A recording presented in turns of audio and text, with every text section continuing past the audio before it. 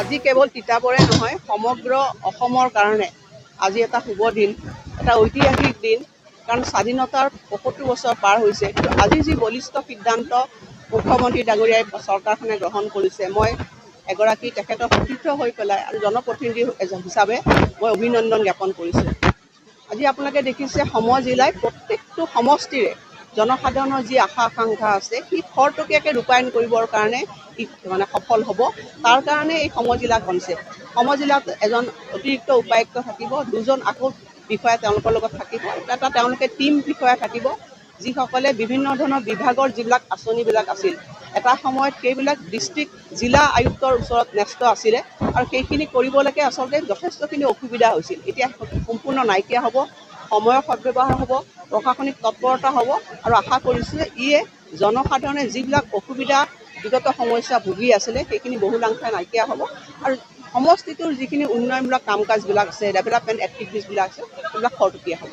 ইতিমধ্যে চৰকাৰে ইয়াৰ কাৰণে পুঁজিও আবণ্টন কৰিছে আৰু মই জনামতে ইতিমধ্যে এটা নতুন গৃহৰ কাৰণেও তেওঁলোকে নক্সা তৈয়াৰ কৰিছে। আশা কৰিছে সোনকালেই এইখিনি এতিয়া আৰম্ভণিতে জাষ্ট কৰিছে, কাৰণ সময়খিনি কামখিনি কৰিবৰ কাৰণে বিল্ডিংটো কনষ্ট্ৰাকশ্যন কৰিবৰ কাৰণে কিছু সময় লাগিব। কিন্তু প্ৰথমে এই আৰম্ভণি হৈ গৈছে। ইয়াত যিটো এক্সিষ্টিং বিল্ডিং আছে, মই দেখিছোঁ বিল্ডিং এটা আছে, তাতে এই কামবিলাক আৰম্ভণি হ'ব। ইতিমধ্যে গড়কাপ্তানি বিভাগে ইয়াৰ কাম কাজবিলাক তেওঁলোকে আৰম্ভ কৰিছে। ইয়াত চবখিনি আৰম্ভণি হ'ব। তেওঁলোকে গোটেই পথবিলাক ইতিমধ্যে বিভিন্ন বিভাগবিলাকে পথবিলাক আবণ্টন দিয়াৰ, তেওঁলোক চেংচন দিয়াৰ ব্যৱস্থা গ্ৰহণ কৰিছে।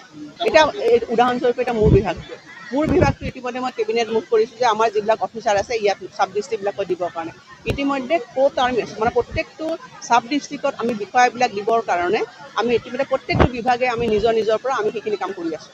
মই একজেক্টলি আপোনাক কিমান দিন বুলি ক'ব নোৱাৰিম, কাৰণ আজি সময়টো যদি কৰোঁ কাইলৈ আপুনি সুধিব যে কামখিনি মই একজেক্টলি এটা দিন দুটা দিন ক'ব নোৱাৰিম। কিন্তু আমি খৰতকীয়াকৈ যিমান পাৰিছোঁ গোটেইখিনি কামে আৰম্ভণি হৈছে। প্ৰত্যেক বিভাগে ইতিমধ্যে এই জিলাত যিমানখিনি তেওঁলোকৰ বিভাগৰ বিষয়া লাগে সেইখিনি কৰিবৰ কাৰণে কেবিনেটত মুভ কৰিছে আৰু বহুকেইটা বিভাগৰ কেবিনেটে অনুমোদনো পাইছে।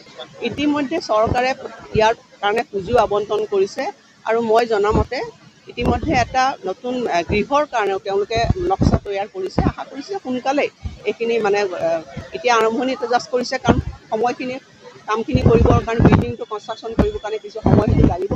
কিন্তু প্ৰথমে এই আৰম্ভণি হৈ গৈছে। ইয়াত যিটো এক্সিষ্টিং বিল্ডিং আছে, মই দেখিছোঁ বিল্ডিং এটা আছে।